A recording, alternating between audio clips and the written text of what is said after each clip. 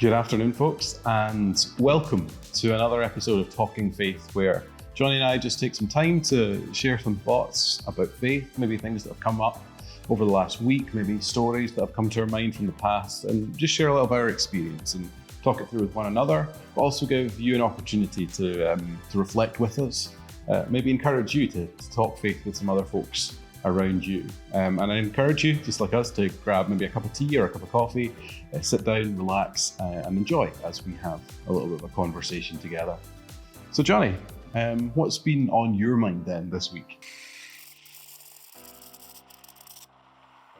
Well, the subject of life has been on my mind recently, which is kind of a strange one, but more so the subject of trying to live life to the max. So I was listening to a podcast not too long ago, and the two hosts were talking about their girlfriends started to read the same book together, and how that book is essentially trying to bring about new life in the middle of COVID. So the concept of living life to the max, even though life may be a little bit difficult at the moment and kind of different than what it once was.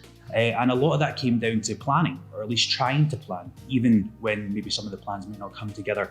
But that sort of question came out, what's your hopes for within the next year, or then within the next 5 years? Where would you like to be?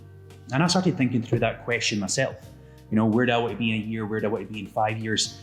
And strangely, the only thing that really popped into my head at the moment is just to do with COVID. So in a year, I hope there's a vaccine available and, you know, life's kind of back to normality. In 5 years, I kind of hope that this is a bit of a memory, to be perfectly honest. But the thing that was coming to my mind was, well, I've thought that through a couple of times in life, and actually I don't think it's always went to plan. So I've thought through where I would want to be in a year or in 5 years, but actually those things didn't really come together as I'd hoped.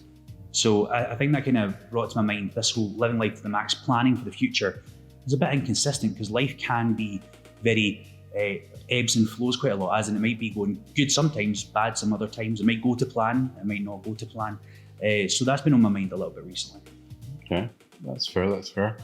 I guess it's interesting in a time like this, like COVID, where we can get so consumed with what's in front of us, and actually important to maybe take that step back. Yeah. Anything that's maybe stood out to you from the past, maybe lessons that you've learned there, or experiences that you've had that maybe that sort of stand out? I think, to be honest, if I was going to start going into memories of my past, I would probably start to repeat something similar to what I spoke about 2 weeks ago when we're talking about the job that I used to have in college. So I don't want to cover old ground, if that makes sense. So maybe I want to speak a little bit about a friend of mine who went through similar circumstances, and she learned quite a lot through maybe God putting her on a bit of a different path than what she intended. So a friend of mine was studying in 5th and 6th year, and she was desperate to be either a doctor or a vet, I can't remember.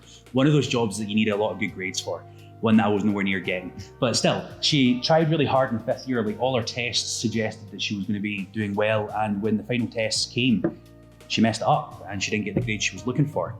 So she tried again in 6th year, and again the same thing happened. Even though it looked like she was going to be getting the grade she needed, it just maybe the pressure, maybe something wasn't quite right. But her plans kind of fell to the wayside, and her hopes for life kind of dissipated. So she thought, well, what can I do for the next year? Maybe I'll take a gap here. So she did a thing called First Serve, which is linked to the college I used to go to, where you do a Bible college for a month, and then 3 months of working with the church, and then 6 months of going abroad and doing mission. And during that time, she felt her relationship with God grow. She met who would be her future husband. She then went back to that Bible college and studied for a year. Her life completely changed due to what might be, in her eyes, a bit of a failure. But actually, it was God working something through in her heart and changing her, because by the end, she was like, actually, this life is far better than what maybe it would have been if I went on to be a doctor or a vet. Actually, I feel like I'm really close to God. I'm really close to my husband. A lot of things might be different, but actually life is far better than what I maybe planned. So I thought it was quite important to see that actually plans might not come about, but life, even though it moves on and does different things, can still go well and be fruitful. Yeah, I guess that's fair. The challenge of hindsight sometimes, when we look back and see what was or what became out of what at the time seemed horrendous almost.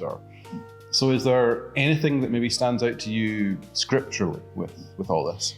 Well, quite often when I'm thinking through areas, I like to go to the Gospels and see what Jesus said. And I kind of get drawn back to John chapter 10, where Jesus is speaking about, you know, the good shepherd being him and how we follow him.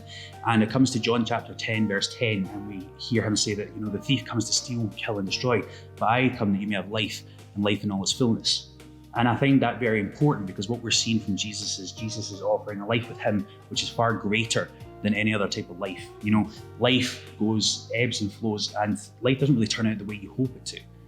We can have all these plans, but some things might not work. But when we live life with Jesus, we're following along with him as the good shepherd, as he takes us into new pastures and shows us new things. Life might not always be great, maybe good bits and bad bits, but there's something about knowing that Jesus is with us and leading the way that inspires us to handle those difficult times, that inspires us in the good times as well, to know that Jesus is walking along with us and helping us to face the challenges and also the joys of life. Yeah, I think that's more than fair.